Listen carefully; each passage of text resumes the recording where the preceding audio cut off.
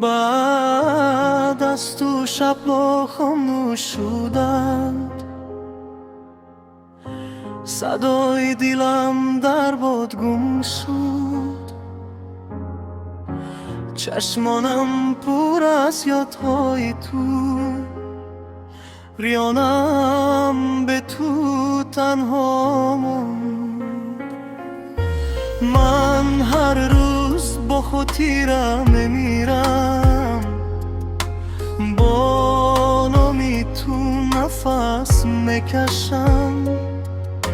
اگر تو بر نگردی یک روز بیگل، من چگونه زندگی کنم؟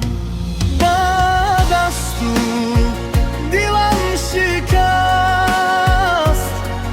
اقیانم تاریک، آسمان خاموش است. من تو را فراموش کردن نمیتوانم، زیرا تو خود جانی من هستی. بعد از تو آرزوهایم مردند، همه چیز یک باره خاموش شد. من تو را فراموش کردن نمیتوانم، زیرا تو خودی نفسی من هستی.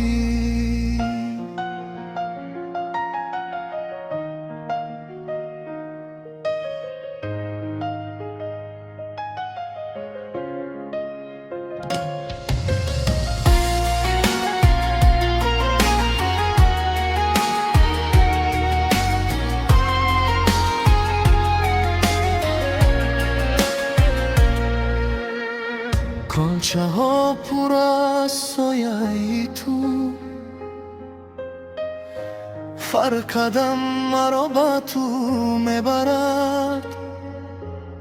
صورت کی با من مانده است، فناس دلم را میسوزاند. اگر این عشق گناه باشد، من آمادم جزایش را دهم. فقط یک بار برگرد تا دلم باز زنده شود. بعد از تو دلم شکست، فانم تاریک، آسمان خاموش است. من تو را فراموش کردن نمیتوانم، زیرا تو خود جانی من هستی. شاید تو مرا یاد نمیتونی، شاید دنیای دیگر داری، اما دلم هر شب تو را میخواند. با عشق، با درد، با آرمان. اگر لوز نامی مرا خوانی، بدان من همانجا انتظارم. با دل کی هم باز دوست ندارد، با عشق کی نمیمیرد. بعد از تو تنها خاموش چی موند، و دل کی تو را میخواهد